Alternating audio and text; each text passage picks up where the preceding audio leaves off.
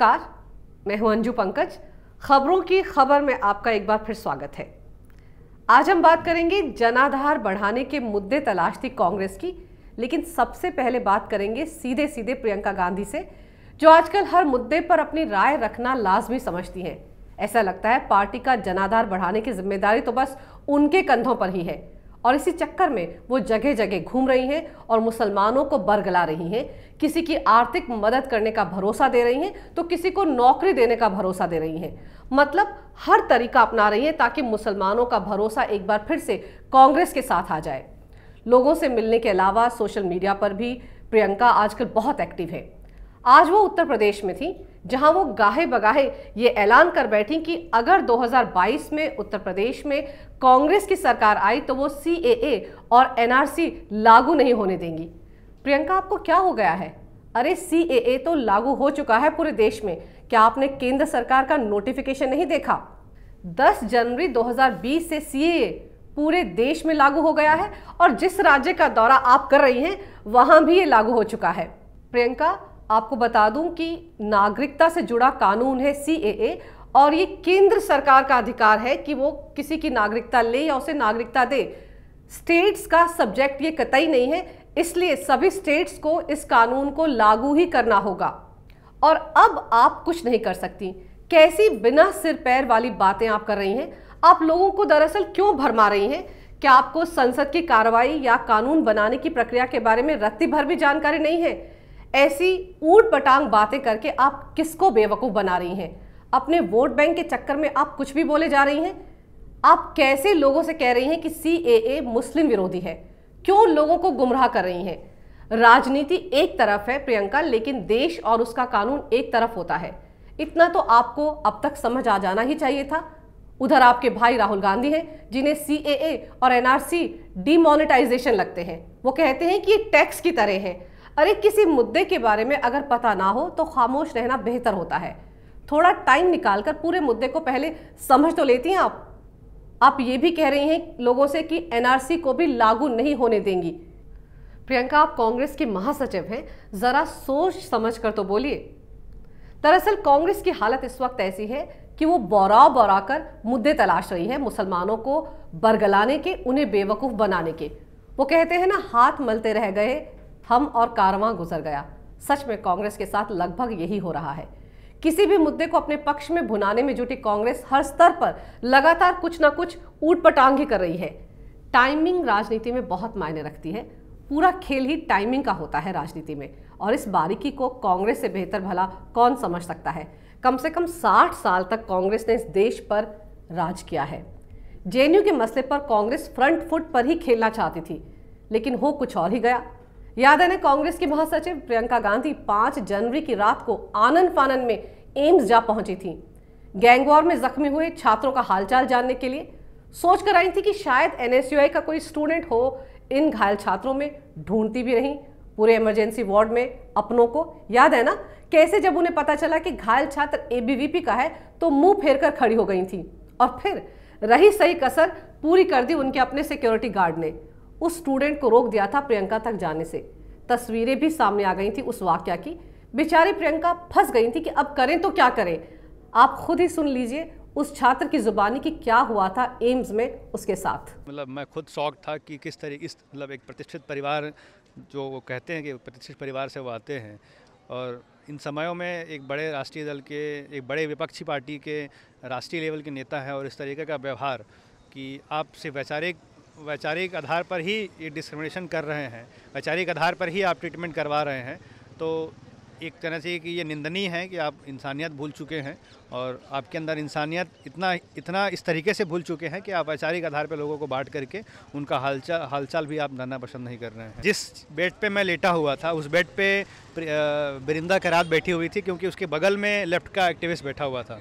उस एक्टिविस्ट से वो हालचाल जान रही थी, लेकिन एक शब्द उन्होंने मुझसे पूछा तक नहीं कि आप ठीक हैं कि नहीं, कि आपका ट्रीटमेंट हो रहा है हो नहीं है। इतना हेट्रेड उनके माइंड में ये भरा हुआ है कि वो इंसानियत भी भूल चुके हैं। सुना ना आपने, कैसे प्रियंका ने इस छात्र की विचारधारा के चलते उसके दर्द को भी जानने की जरूरत नहीं समझी।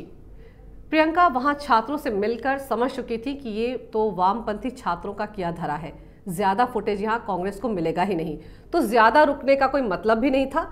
तो कांग्रेस को फिलहाल दूर से ही ये खेल खेलना चाहिए। वेट एंड वॉच की पॉलिसी कम से कम इस मसले पर जरूरी थी कांग्रेस के लिए। यही सोचा समझा प्रियंका ने एम्स जाकर।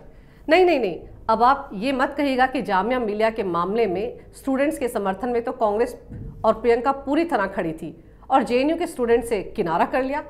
दरअसल जामिया मिलिया के हंगामे के बाद तो कुछ घंटे ठंड में इंडिया गेट पर धरना देना प्रियंका गांधी की स्ट्रेटेजी का ही हिस्सा था। याद है ना, उनके इंडिया गेट पर बैठते ही गुलाम नबी आजाद समेत कई कांग्रेसी नेता दौड़े दौड़े वहां आ गए थे। आनन फानन में वहां काफी भीड़ भी जुट गई थी, मीडिया की कई टीमें पहुंच गई थी, सब जगह लाइव दिखने लगा था सब कुछ। इंडिया गेट वो जगह है जहां हमेशा चहल पहल रहती है, रौनक रहती है। वहां पर वैसे कोई धरना दे नहीं सकता। प्रियंका भी अकेले ही दबे पांव वहां पहुंची थी और बैठ गई थी अचानक धरने पर। अब इस जगह पर बैठते ही वो सारे चैनल्स पर छा गईं। यही तो वो चाहती थी कि अब अगर वो जामिया मिलिया पर जाकर धरने पर बैठती तो क्या इतनी फुटेज उन्हें मिलती। सोचा तो एम्स जाने पर भी उन्होंने ऐसा ही था, लेकिन खेल पलट गया। जामिया का मसला जेएनयू से बिल्कुल अलग था। जामिया मिलिया इस्लामिया का मुद्दा सीधे सीधे मुसलमानों से जुड़ा है। वहां के आंदोलन से कांग्रेस के वोट बैंक पर असर पड़ता है। सीएए और एनआरसी के मसले पर जामिया के साथ खड़े रहने में कांग्रेस का ज्यादा फायदा है। ये बात और है कि अब तो नोटिफिकेशन जारी करके केंद्र सरकार ने 10 जनवरी से सीएए को पूरे देश में लागू कर दिया है। लेकिन कांग्रेस इस देश के मुसलमानों को हमेशा से ही अपनी जागीर समझती रही है। अब ये मत कहिएगा कि फिर प्रियंका गांधी जामिया मिलिया इस्लामिया में जाकर धरने पर क्यों नहीं बैठ गई। अब ये भी तो समझिए कि शाहीन बाग में जो कुछ हो रहा है वो किसके इशारे पर हो रहा है। पिछले करीब 28 दिन से वहां पर सड़क पर बैरिकेड लगाकर जो लोग हंगामा कर रहे हैं वो कौन है। हजारों की भीड़ को वहां किसके कहने पर इकट्ठा होने दिया गया। वहां मटन कोरमा कौन बांट रहा है, बिरयानी वहां कौन बांट रहा है, 24 घंटे वहां पर चाय नाश्ता आखिर कौन बांट रहा है, कौन इस दावत को फंड कर रहा है, पैसे कहां से आ रहे हैं इसके लिए। वहां का माहौल देखकर आप हैरान रह जाएंगे, कैसे वहां पर हमें चाहिए आजादी के नारे लग रहे हैं। छोटे छोटे बच्चों के दिल में भी आजादी के नाम पर जहर घोला जा रहा है। हाथ कंगन को आरसी क्या, आप इस वीडियो में खुद ही देख लीजिए।